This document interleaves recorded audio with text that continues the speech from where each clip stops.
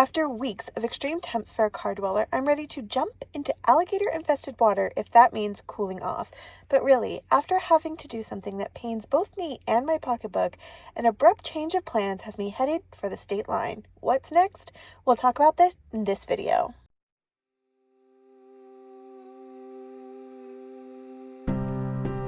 Your page, I can't stop turning.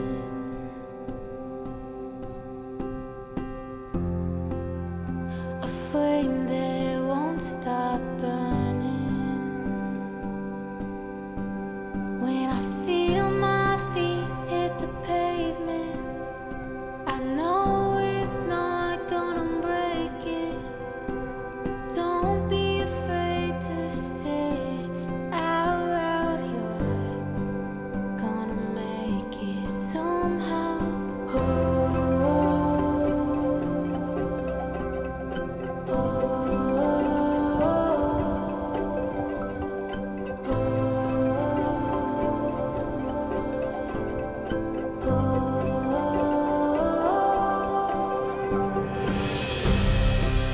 Dream on, keep on keeping on, reaching farther. Dream on,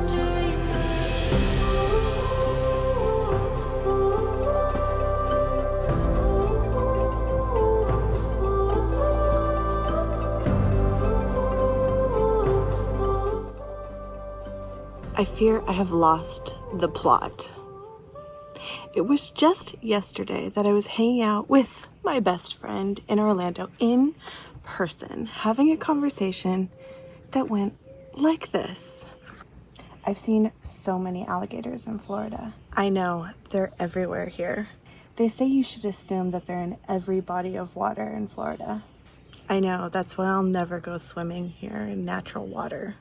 Right? Literally the next day. I'm a yes person, what can I say?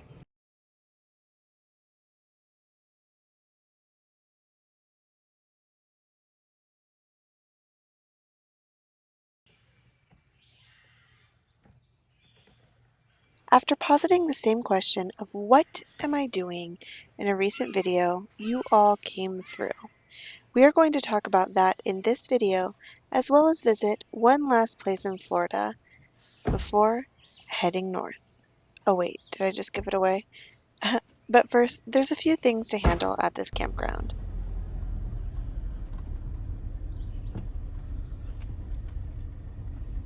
My refrigeration is having trouble keeping up with the extremely high temperatures we've had lately. I'm talking just above 90 degrees ambient temperature. That's lasting very long hours throughout the day. It's not getting cold at night. It's staying above 80 degrees a lot of times at night. And inside the car, especially when I leave it unattended for any amount of time, it gets well above 100 degrees inside the car. So my refrigeration has not been able to keep my food at food safe temperatures, and I've made the decision that I have to empty my refrigerator of anything that needs to be kept cold.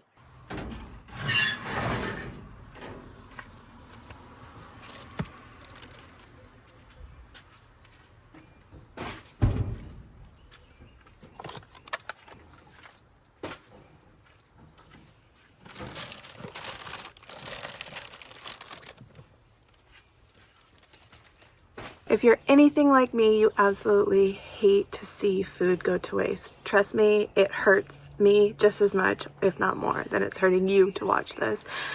But I can tell you what would hurt me more, and that would be to have a foodborne illness while living in a vehicle. Getting a head cold is bad enough while living in a car, but to have stomach issues is impossible if you need to urgently and frequently use the restroom while you live in a car. You have a big problem. So rather than potentially get sick, not only not feel well, but probably have to get a hotel room for at least a couple of nights to deal with that, I would rather throw out this food that I know was kept above 56 degrees for days Like, I'm not talking a couple of hours, I'm like days. It was kept at unsafe temperatures. I'm gonna get rid of it and I'm going to replace it, but not until I'm in cooler temps.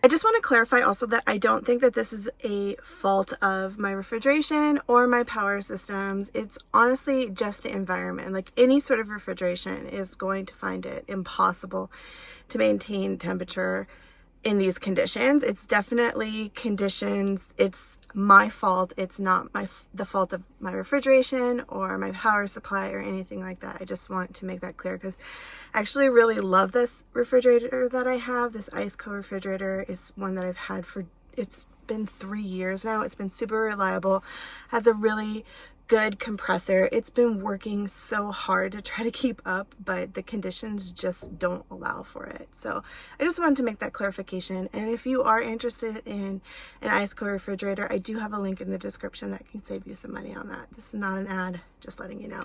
Now that I basically have no food left, let's go figure out a breakfast solution by having breakfast with a ranger, which is something they're offering this morning at this park.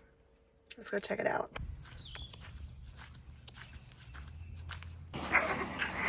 What are you doing?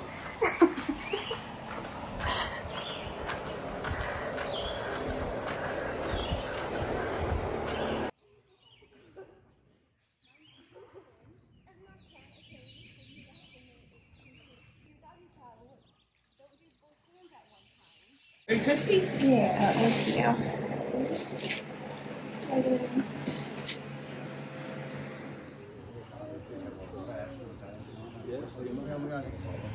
Oh, you're not too bright. You know, turkey season. Yeah, I know. Still, it's turkey season. Morning, everybody. How you doing? Good morning. Hey, my name is Chip. I'm a park ranger here. I'm Ed Valla. I'm a volunteer.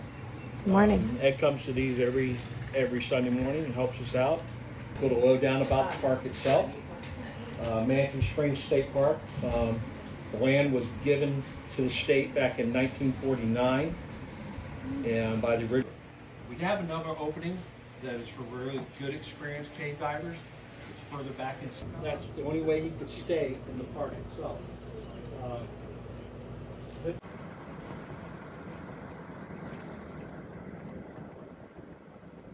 All right, we have left Manatee State Park and we're headed to the Forgotten Coast of Florida.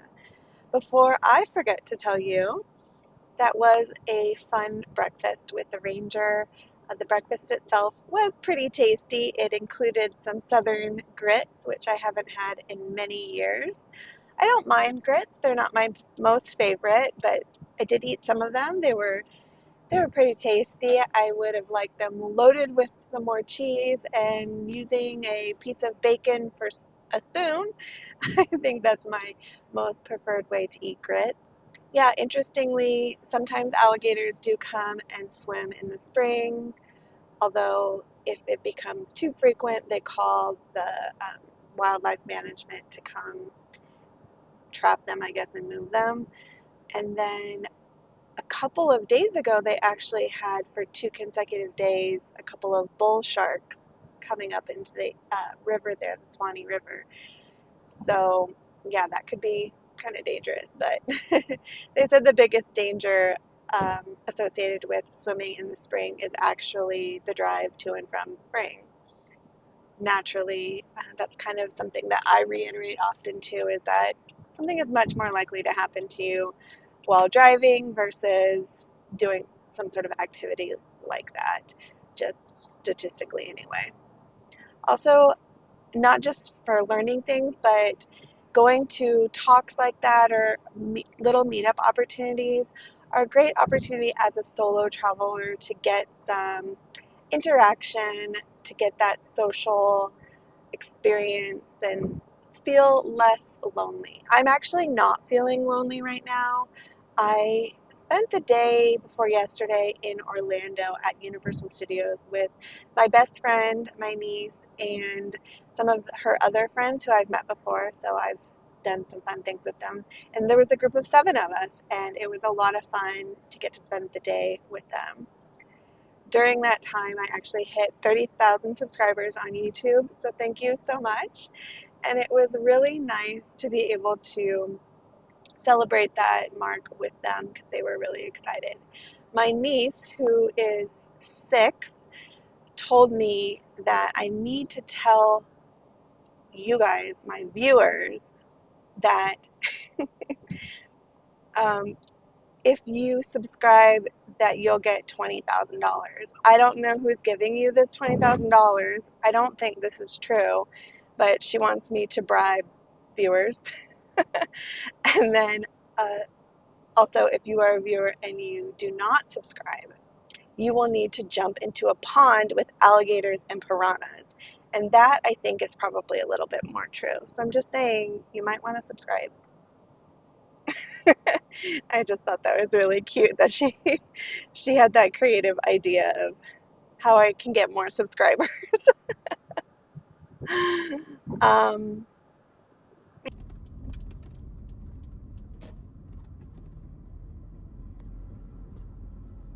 You have arrived.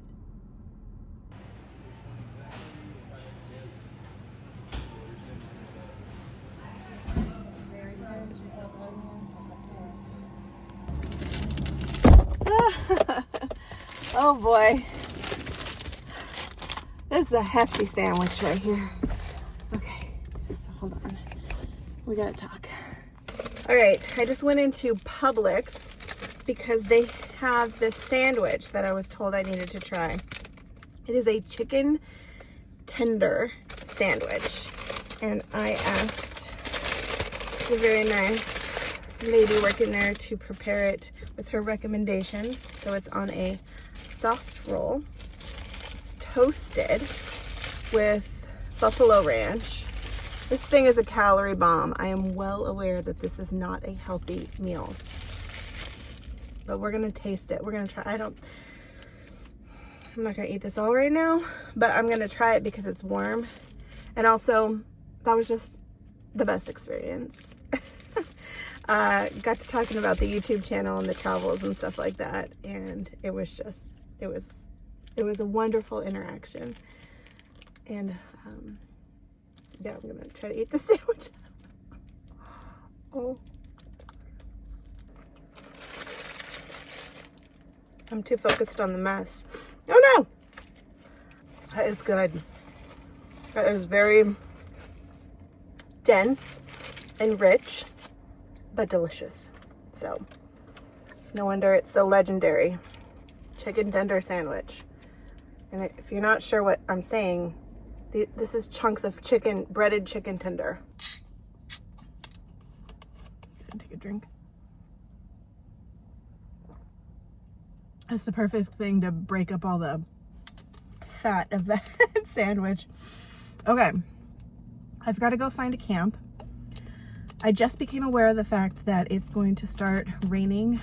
It's forecasted to start raining tomorrow morning at 6 a.m. And I think it's going to rain pretty hard. At least that's what somebody was saying in there.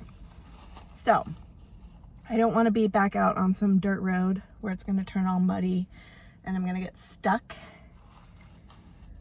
So I'm going to have to get a little bit creative and find an option. But we're going to do that together. Yeah. All right, let's get moving.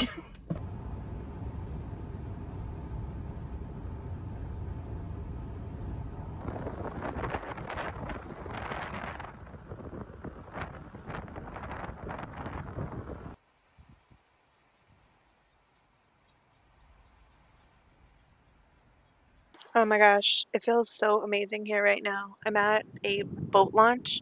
That's the Gulf right behind me.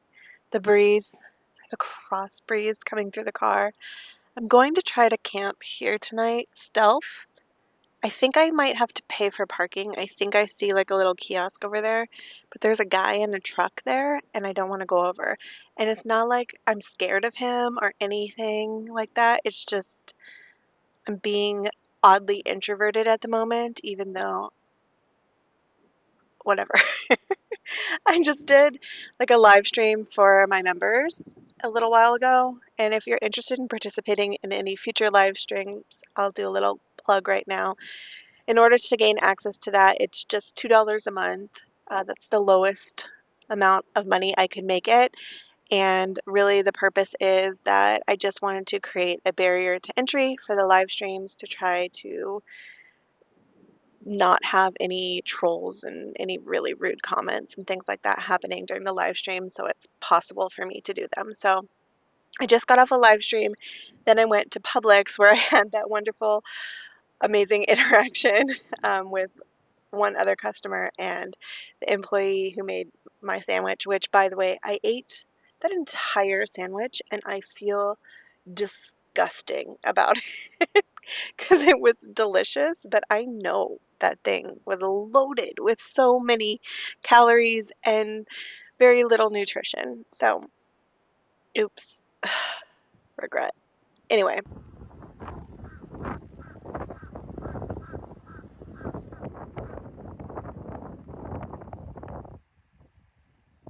there's been a change of plans. I'll tell you what's going on. Checking in with the vlog for a life update here. Well, I was just at the Gulf. I thought I was going to travel this area of Florida called the Forgotten Coast that I heard about in the book I read at the beginning of my road trip. I was reading a book. I actually was reading the book for months. Hold, please.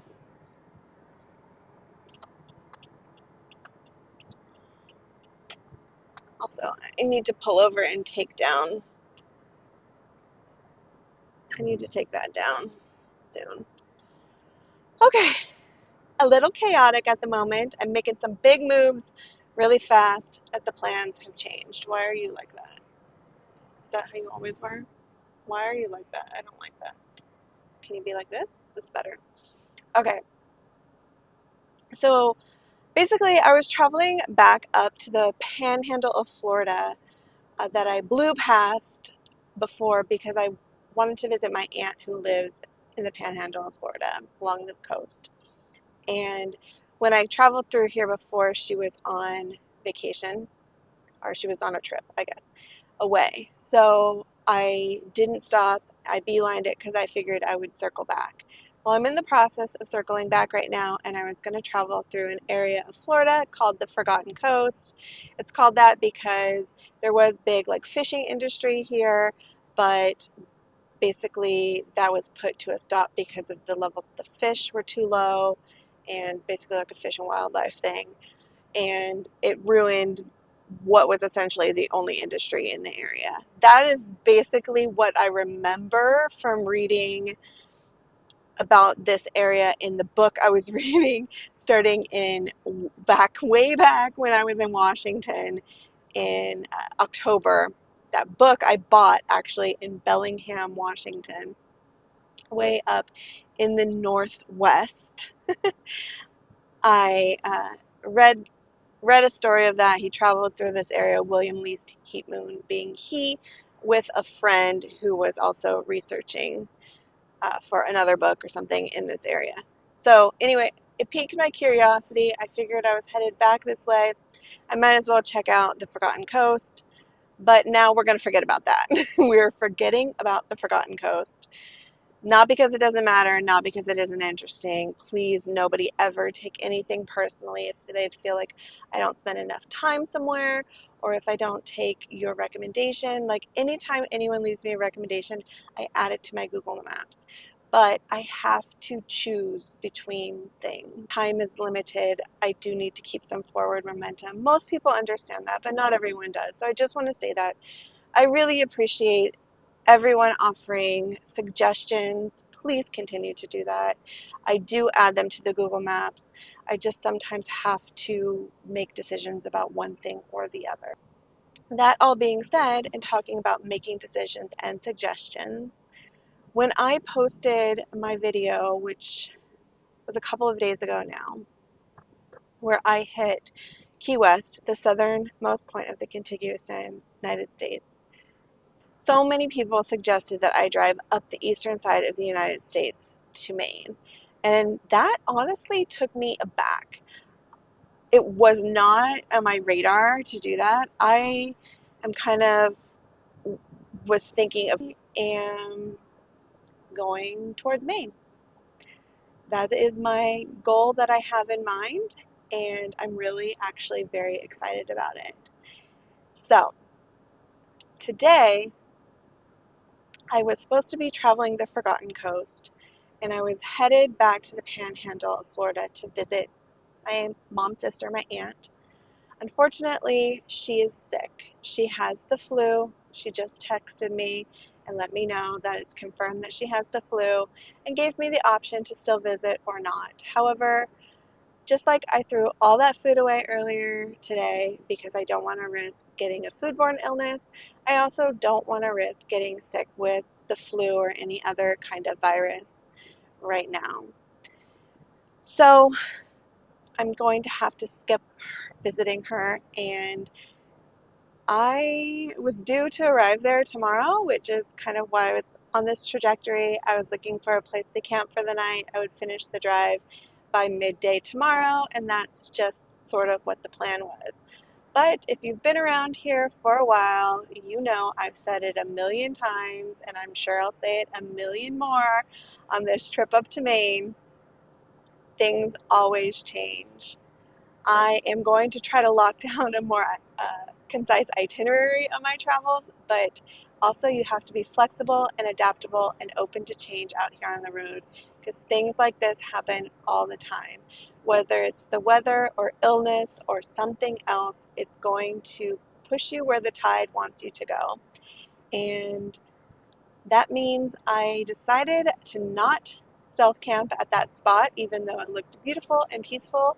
But I am feeling so invigorated and so excited about this next leg of my journey that I have decided to start driving north today.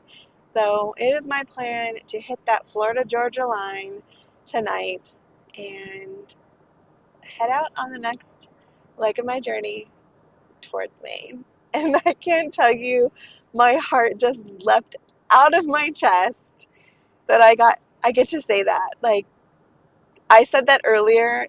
Oh my gosh, I'm tearing up. Girl, hold it together. I said that earlier to the ladies in Publix that I was talking to, that I was now headed towards Maine.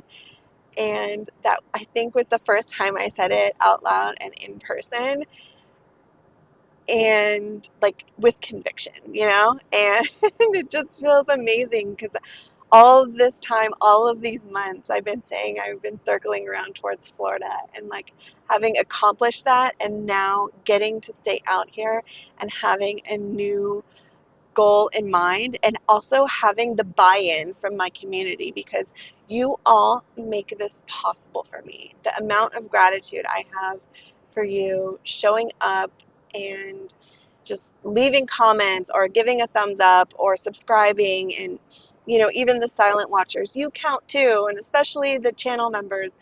But it just means so much because this is how I'm paying for this, is your views on my channel. So I don't know. I'm just so excited. Like it just sort of feels like an open-ended, I don't know. It's just so exciting because I'm overwhelmed. All right. Oh my gosh. Okay. We're driving. We're driving. We're driving. Okay? We're gonna just drive. Florida Georgia line. Let's go.